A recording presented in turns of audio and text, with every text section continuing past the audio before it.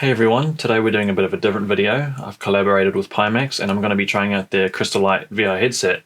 Now, I haven't tried VR too much in the past. I've got an experience with the original HTC Vive, and that's about it. And my feelings about the original Vive was that it was nice, but the low resolution and pixelation did kick me out of the immersion. So I'm really looking forward to seeing what Pimax have done with the Crystal Light, because its resolution is 2880 by 2880 per eye, whereas the original Vive just had 1080 by 1200 pixels per eye, much lower. So I'm really looking forward to seeing what it's like. Just a few quick details about the Crystal Light. It comes in a 2.5 kg tightly packaged box, including the headset itself, with 2 controllers, 2 short USB-C cables, a DisplayPort cable, power supply with international adapters. The headset has inbuilt headphone speakers, and it also comes with a lens cloth. The headset without its DisplayPort cable and the strap weighs about 800 grams, and there's no base stations required. All the tracking is done within the headset itself. Just before I do some driving with the headset, if you are thinking about getting some Pimax gear for yourself, be sure to check out the affiliate link I have in my description, and be sure to use the Unleashed Drivers discount code for 3% off at the checkout. Also, at the time of uploading this video, Pimax currently have their Black Friday sales on, so the Crystal Light Standard's currently $70 USD off, and you can also stack my code Unleashed to save extra on top of these deals. I'm going to show myself doing some driving with the headset on, and I started off with Assetto Corsa Evo, and for some reason at the time when I recorded with Assetto Corsa Evo, it recorded both the eyes on the screen, so unfortunately you have to view it like this on AC Evo for now. But before I talk too much about the actual driving and what it was like, setting up the Pimax Crystal Light was actually not too difficult to get it working, at least. It required the Pimax Play software, which was easy enough to find and download, and then connecting up the Pimax Crystal Light to that software was also relatively easy. I ran through a simple room setup guide using the software and one of the hand controllers, which was relatively simple, and got the headset working properly.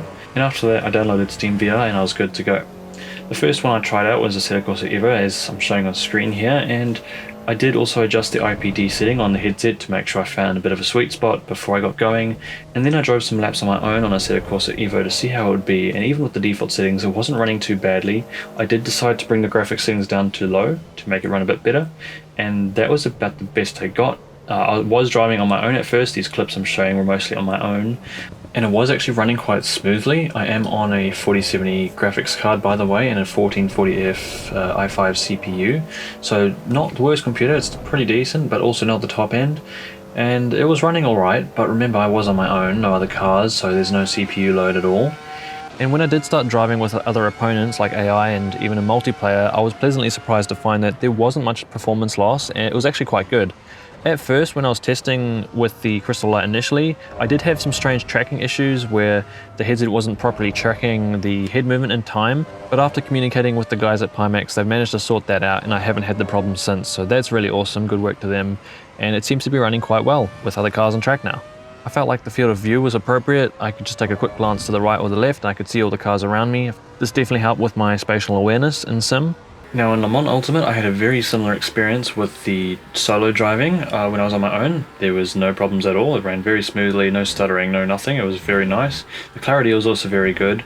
I think one thing that I could point out for most of my experience with the Crystal Light was that the sweet spot of clarity is relatively small in the center of the displays, because when you look too far to the left or up or down, you'll notice quite a lot of a chromatic aberration effect where the colors get a bit distorted. You'll start to see the reds and the greens and everything separate a little bit.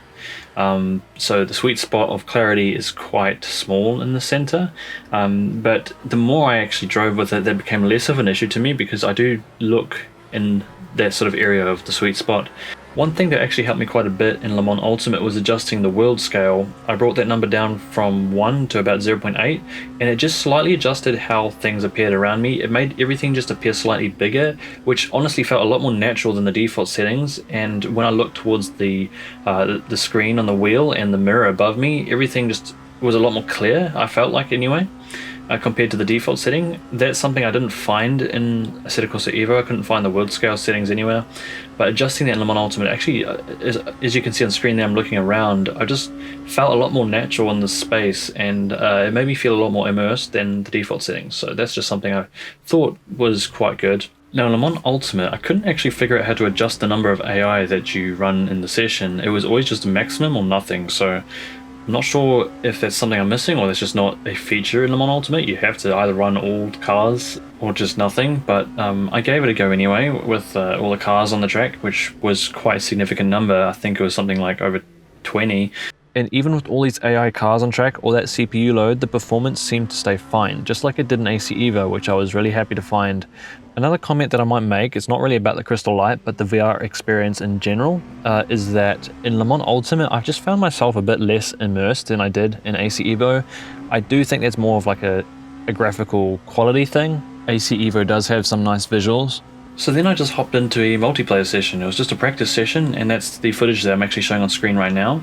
It was mixed class, LMP2, GT3 I think, and Hypercar. And it has been quite difficult for me to do some proper testing in multiplayer because on my side of the world in New Zealand, when I get the time to do some testing, it's nighttime on the other side of the world, so there's not that many people active at the time.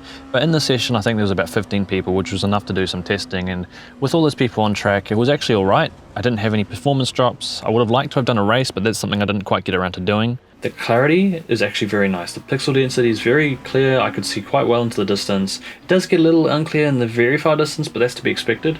But generally, way better than my previous VR experience with the HTC Vive.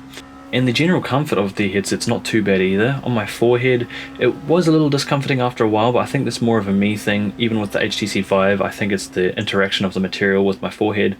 I don't get along with it too well, but apparently this is not too much of a common problem. It's more of a me thing.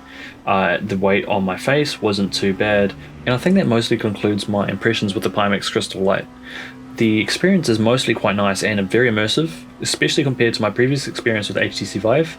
I hope you've all enjoyed watching. Thanks to Pimax for giving me the opportunity to try the Crystal Light.